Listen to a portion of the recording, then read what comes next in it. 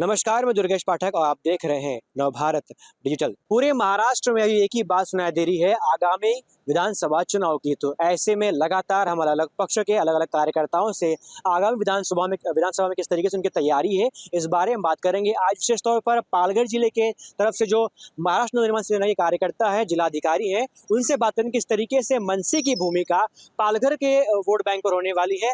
और साथ समीर मोरे जी हैं जो जिलाध्यक्ष मनसे के, किस तरीके से मनसे की भूमिका पालघर सीट पर, बोईसर सीट पर या विक्रमगढ़ विधानसभा पर विशेष तौर पर रहने वाली है। मनसे की जो वोट है वो हमेशा निर्णायक वोट रहे हैं। आज तक जितने भी चुनाव हुए 2009 से, वहाँ पे जो विधायक चुन के आए, उनके अगेंस्ट में जो विधायक गिरा, उसकी जो मेन रीजन है वो मनसे के वोट थे।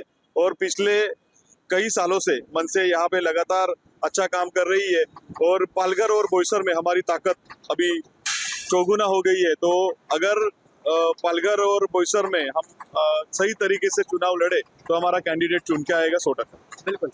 क्या कहेंगे धीरज जी, जो जिस तरीके से हमने आपसे पूछा कि महायुति का साथ लोकसभा में आपने दिया था, विधानसभा की तैयारी आपने शुरू कर दी है, राज साहब ने आह्वान कर दिया है मुंबई से कि आपको 200 से 250 सीट पर लड़ने वाले, क्या भूमिका आप लोग, क्या प्लान एक्शन लेके आप पालघर सीट पर उतरने वाले?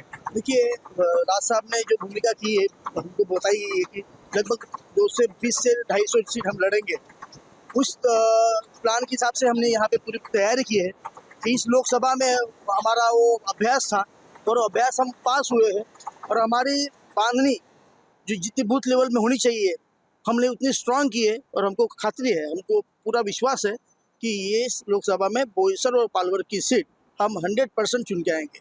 बिल्कुल। आप एक यूथ है, अभी मनसे साथ काफी लंबे समय जुड़े हुए हैं, किस तरीके से युवाओं का सहभाग, युवाओं की भूमिका और युवाओं के विषयों को लेकर आप लोग तैयारी कर रहे हैं? पहली बात तो पालघर जिले में वही चेहरा बार बार जीत कर आ रहा है और कुछ काम नहीं कर रहा है, इस वजह से लोगों में काफ़ी नाराजगी है। और महाराष्ट्र नवनिर्माण सेना को एक पर्याय इसके लिए भी लोग देख रहे हैं और यूथ हमारे साथ में रहेगा और अगर सीट हम लोग लड़ेंगे तो हम लोग जीत के आएंगे। बिल्कुल। क्या आह्वान आप लोगों से करना चाहते हैं, जनता से आह्वान करना चाहते हैं? एमएलए का एक कर्तव्य रहता है, ये बस स्टॉप बनाना और पेवर ब्लॉक लगाना ये काम उनका नहीं है। एक ठोस कायदे बनाने हैं पालघर के लिए, आदिवासी लोगों के लिए, यहाँ के भूमिपुत्रों के लिए। वो उन्होंने विधानसभा में जाके एक अच्छे कायदे बनाए। यहाँ की मिट्टी खोदी जा रही है, यहाँ के डोंगर नष्ट हो रहे हैं, यहाँ का जंगल नष्ट हो रहा है। तो यहाँ पे बनने वाले प्रोजेक्ट में ये भूमिपुत्रों को न्याय मिले, उनको उनका अधिकार मिले।